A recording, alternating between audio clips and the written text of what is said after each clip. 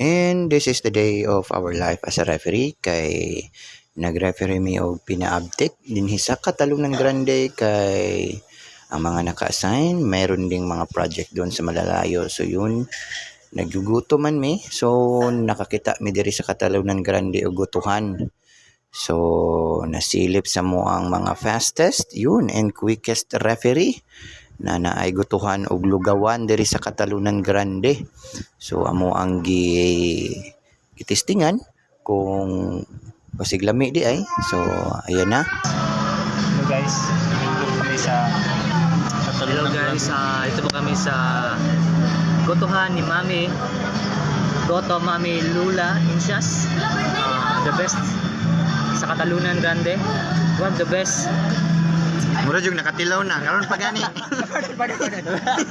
Karon pagani ta diri mga on. Isa sa mga dinadayo dito. Na.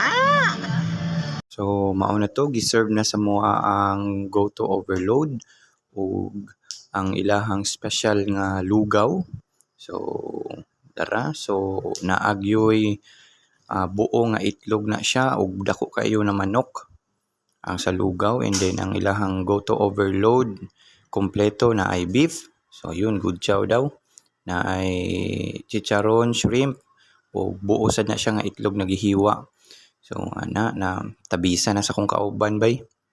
So while nag-serve si kuya, giduol mi niya kalit kay tagaan daw mi niya og libre na halo-halo. So mao to, uy, unsa to?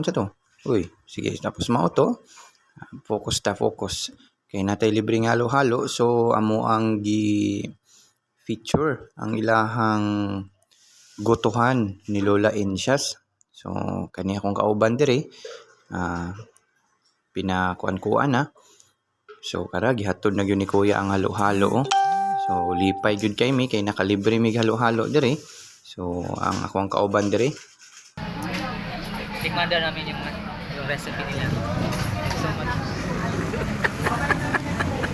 Napatagalog ako. Napatagalog tuloy ako sa kay sir. Salamat sir. So yun, dahil kami ay nabigyan ng free halo-halo. So yun, may mga acting na dyan. So gilamian daw siya maayo. So gitilawan na mo jud ang ilang halo-halo. So far okay gyud bitaw. Kanang murag yung ice cream. Rap. Yung ice pino masyado. Para na ice cream. And while gina-enjoy namo ang pagkaon sa ilahang special na halo-halo, amo ang giduol ang asawa sa tag-iya. Siyempre amo ang gigreet, nagpasalamat sad mi, and matik since mga beway man mi, picture dayon. And that is the day of our life as a volleyball referee. 1, 2, 3, BDD.